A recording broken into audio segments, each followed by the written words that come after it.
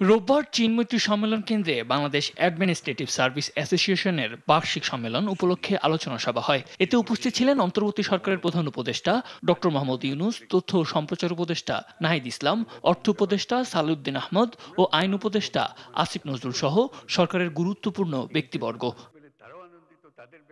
অনুষ্ঠানে অর্থ উপদেষ্টা সালেউদ্দিন আহমদ বলেন, স্থানীয় পর্যায়ে প্রশাসকদের সহযোগিতা পেলে মূল্যস্ফীতি অনেকাংশেই কমানো সম্ভব। একই অনুষ্ঠানে আইন উপদেষ্টা বলেন, অনেকেই সেবক হয়ে মালিকের মতো আচরণ করেন। মনে রাখতে হবে, আমরা জনগণের সেবক। মূল্যস্ফীতি কমছে না, হচ্ছে না, এটা কিন্তু সবচেয়ে বড় একটা হলো লোকাল লেভেল যে মনিটর, লোকাল লেভেল যে একটু করা, সেটা আপনাদের যারা বিশেষ করে ম্যাজিস্ট্রেট যারা আছে একটু দেখভাল করলে কিন্তু আমাদের মানুষের জীবনের কষ্ট অনেক লাঘব হয়। আমরা সবাই সেবক, জনগণের সেবক, তো আমরা অনেকেই জনগণের মালিকের মতো আচরণ করি এবং এই অভিযোগ সরকারি কর্মকর্তাদের কারো কারো ক্ষেত্রেও রয়েছে।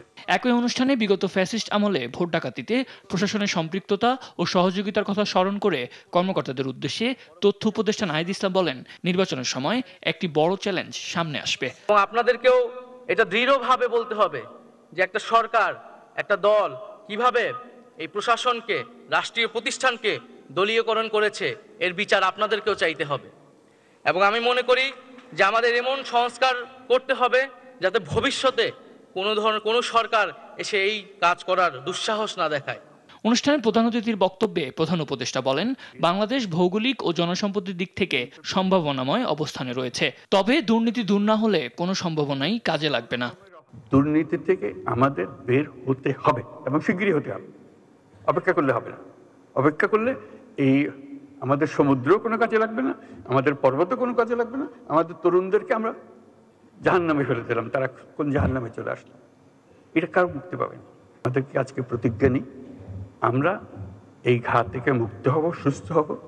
আমাদের কেউ দুর্নীতির দায়ে কেউ আমাদেরকে অভিযুক্ত করতে পারবে না। এইরকম সরকার চালাবো, এরকম সমাজ চালাবো। এ সময় জুলাই আন্দোলনে দেশের তারুণ্য যা করেছে তা পৃথিবীর বুকে দৃষ্টান্ত স্থাপন করেছে উল্লেখ করে তিনি বলেন, এই তারুণ্যের শক্তি কাজে লাগাতে হলে দুর্নীতি থেকে দেশকে বের হয়ে আসতে হবে।